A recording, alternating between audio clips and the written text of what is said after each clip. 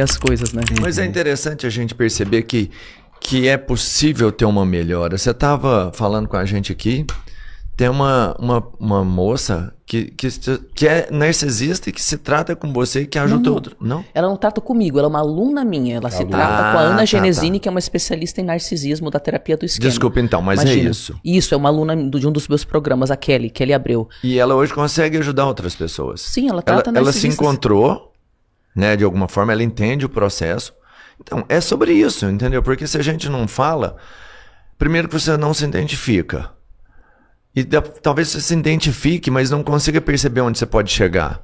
E quando você tem, né, casos como esse, que são reais, de pessoas que estão evoluindo, e não só evoluindo, conseguindo evoluir a ponto de ajudar outras pessoas. Pronto. Mano, o que mais que a gente... né, é continuar com o que a gente faz. É isso. É um crescimento. Por isso é válido, entendeu? O Cabeleira, ele teve, assim, a gente acredita, né? Ele já contou pra gente um caso que ele achava que a mãe dele talvez fosse, nesse caso. E depois de muito entendimento, você vai entender se sim ou se não. Mas entendeu ou não o processo? Você não pode se calar diante das dúvidas. Perfeito, tem que explorar mesmo. E transtorno de personalidade é uma coisa. A pessoa não precisa ter transtorno de personalidade para ter vários traços narcisistas, né? A pessoa pode ter, temos em diferentes graus. Claro que transtorno de personalidade é uma coisa mais rígida, mas só tendo defesas narcísicas já machuca. Né? Então, mas quando que é, vamos pensar, quando que é um caso clínico de narcisismo? Porque a gente tem, né? Assim, se você está falando da diferença entre defesas narcísicas e transtorno de personalidade narcisista, tá? Pessoas que têm transtorno de personalidade narcisista, é como se toda a personalidade delas fosse regida pela necessidade de proteger a autoestima. E elas fazem isso colocando o meio ambiente para validar o quanto elas são especiais e também tendo uma abordagem antagonista nos relacionamentos. Então são pessoas controladoras, são pessoas que punem direta ou indiretamente quando você não valida o ponto de vista delas, né? Claro que todos nós temos um momento de ter dificuldade de assumir um erro, né, ou algo assim, que são já defesas narcísicas, mas quando a personalidade da pessoa é domada por isso, ela é controlada por isso, ou seja, não é que ela vai ter uma defesa narcísica hoje à tarde e uma outra daqui a 3 semanas. É ao longo do dia, em qualquer sinal de que ela não está sendo validada como sendo certa, ela já entra numa defesa, já entra num antagonismo. Entendeu? Que pode ser direto ou indireto, né? Agressão passiva também. Então, é uma pessoa muito hipersensível à crítica e ela protege essa autoestima frágil dela na mesma medida que ela tem a vulnerabilidade. Quanto maior a defesa, maior a vulnerabilidade. Por isso que pessoas muito antagonistas geralmente têm um histórico, claro, interage com genética, interage com o jeito que a pessoa nasceu. Mas quanto maior a defesa, maior a vulnerabilidade. Você entendeu? Sim. E aí ela pode entrar numa, sei lá, um colapso facilmente. Um colapso é quando ela não consegue voltar para a grandiosidade, mas ela entra ela é hipersensível à crítica. Então tem uma diferença entre a gente estar se relacionando, você faz algo que eu não gosto, eu fico ruminando aquilo porque afeta a minha autoestima, então eu tenho que me vingar de você, eu faço isso triangulando pessoas contra você, isso me dá um alívio na minha ansiedade porque eu não consigo regular minha autoestima, a não ser que eu volte a ter controle da situação. Mas eu vou ter controle da situação, né? Então eu fico de boa de novo. Isso não é um colapso, é uma reatividade, né? Agora, colapso, que acontece não só com personalidades narcísicas, para qualquer pessoa pode ter um colapso. É quando o senso de identidade dela e o senso de realidade dela não existe mais. E, tipo, não existe mais ponto final. Então, o colapso pode durar meses ou anos. O seu senso de eu se desconstrói. E você não consegue voltar a enxergar as coisas do jeito que estava antes. Então você sente uma quantidade astronômica de ansiedade. Você pode entrar em depressão. É comum que tenham ideação suicida.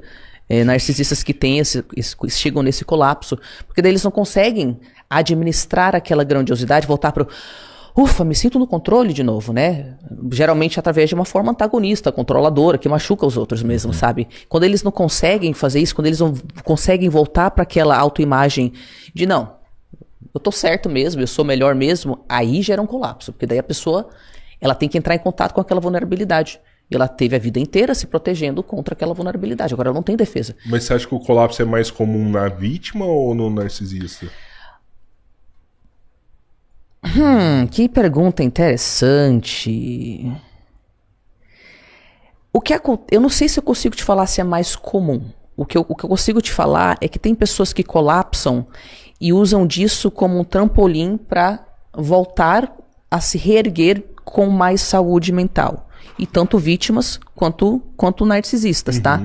Então, por exemplo, muitas pessoas que descobrem que mãe e pai é narcisista, ou tá no espectro, ou é psicopata, ou borderline, ou alguma coisa assim, isso é um colapso.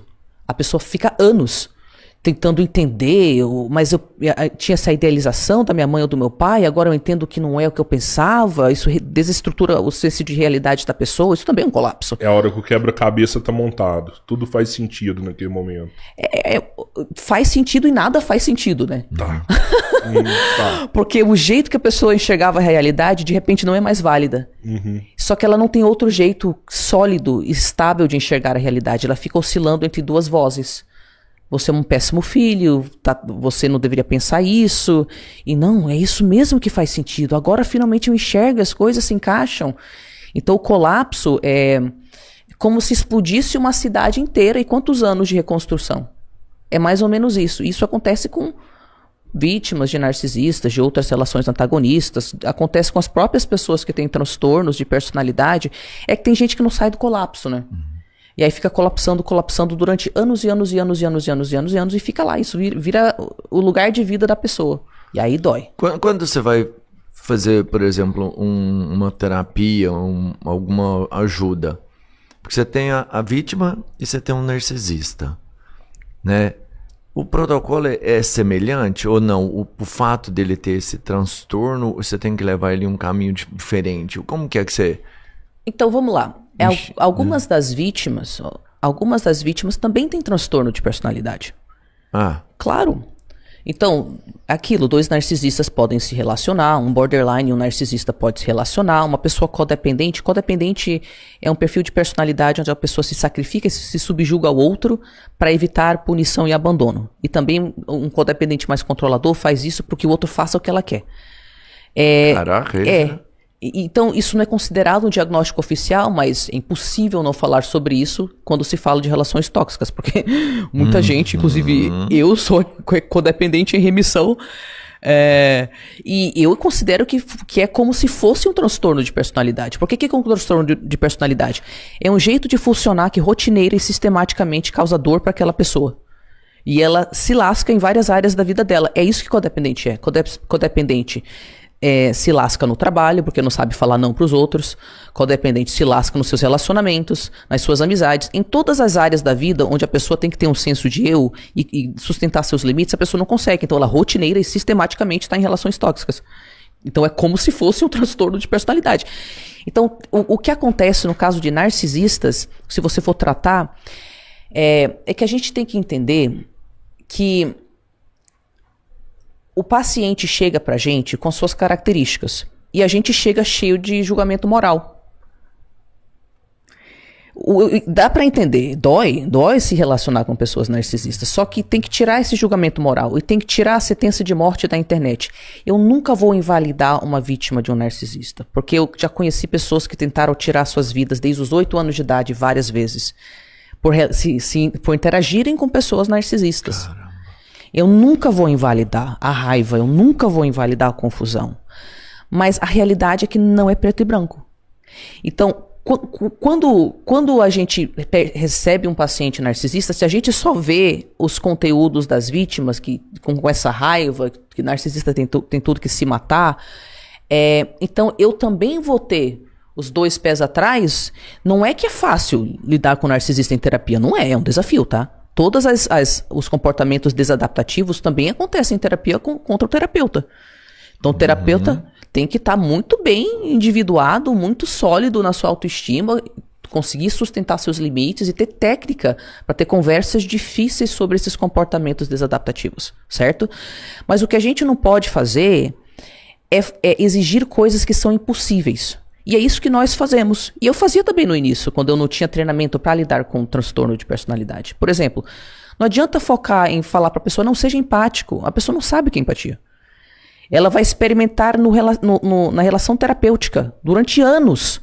Um modelo de alguém que não abandona ela, que aceita as partes vulneráveis dela, que entende quando ela está competindo, que ela está se defendendo, que fala, parece que você se afasta de mim quando eu tento colocar um ponto de vista um pouco diferente. Eu tenho curiosidade sobre isso, a gente conseguiu tanta coisa aqui na relação, vamos explorar o que aconteceu agora? Em vez de, ai meu Deus, esse paciente é narcisista. Sim, ele é narcisista, ele age como narcisista, ele reage como narcisista, ele se defende como narcisista, ele dá patada como narcisista. Ele triangula como narcisista, porque ele é narcisista. Então, a ideia que a gente tem é que como um narcisista ousa agir como um narcisista, ele vai agir como? Se ele está em terapia buscando ajuda por aquilo, porque ele não tem outro modelo. Então, esses comportamentos demoram anos para mudar. Se a gente entende, um paciente narcisista vai agir de forma narcísica, um paciente antissocial vai agir de forma antissocial. O que ele vai aprender, ele ou ela, tá? Não tem gênero.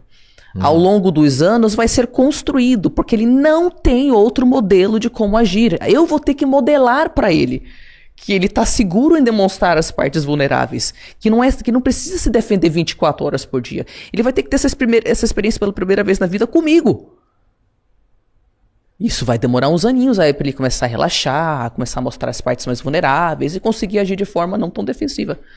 Então,